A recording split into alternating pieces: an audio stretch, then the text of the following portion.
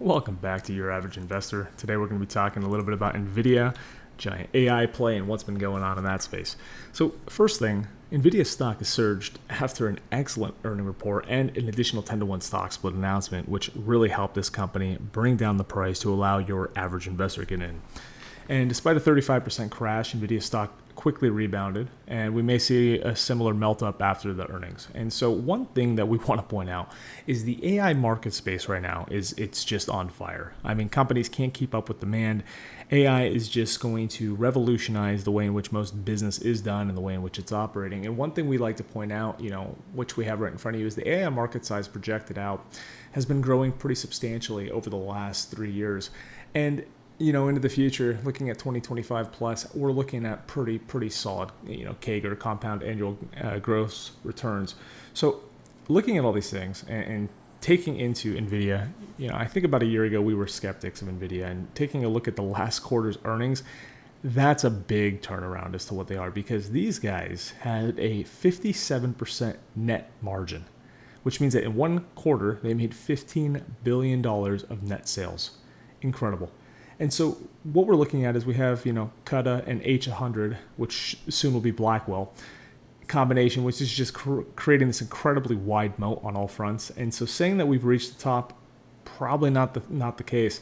We're seeing a lot of AI CapEx. We're seeing a lot of companies dump significant amount of resources and expenditures into both research and development, into both hardware, things that are going to continue to further and furnish the AI space. And so what we're seeing here is a lot of these tech giants are really getting into that. So over the next 4 to 6 quarters, we don't expect any slowdown. I mean, we can't see it on any fronts. And AI CapEx will be accelerating. All the while, NVIDIA doesn't really have any main competition. 15 billion, I go back to that in one quarter, net profit is absolutely crazy. So a lot of times when we take a look at what's going on here, we see a fundamental or a technical analysis, typically on the fundamental side, a lag between a very ramped company like NVIDIA and what the reporting is. And in this instance, when you have high reports, high earnings, and you have fundamentals that aren't catching up, the company can look overbought. It can look like it should be moving into a bearish position based off of the fundamental analysis. However, we're not seeing it. And so historically, NVIDIA has enjoyed relatively high margins, and this is another reason the company's just doing so well. They are typically between the 60 to 65% margin in recent years. However, due to the enormous demand right now for the AI and the enterprise segments that we're seeing, NVIDIA's pricing power and its gross margins have recently gone to 75 to 80%, which is just out of this world. And to give you guys context, NVIDIA has enormous pricing power as they control about 70 to 95% of the AI chip space.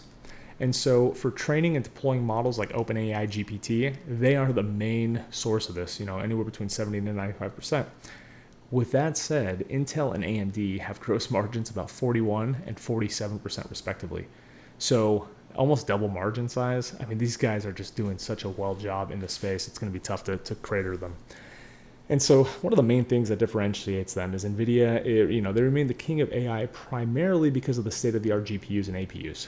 And so the advanced processors are the preferred power providers of these giant enterprises, since they are a little bit easier from a both grid standpoint and a cost standpoint. And so, ultimately NVIDIA's products are effectively the picks that a lot of these companies want to use.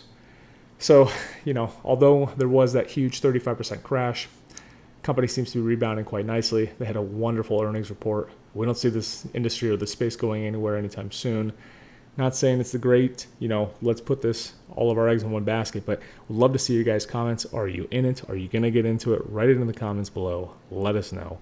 And finally, if you haven't subscribed, please do so. We'd love to monetize this page so we can start doing regular and routine giveaways to all of our subscribers and to help, the average investor.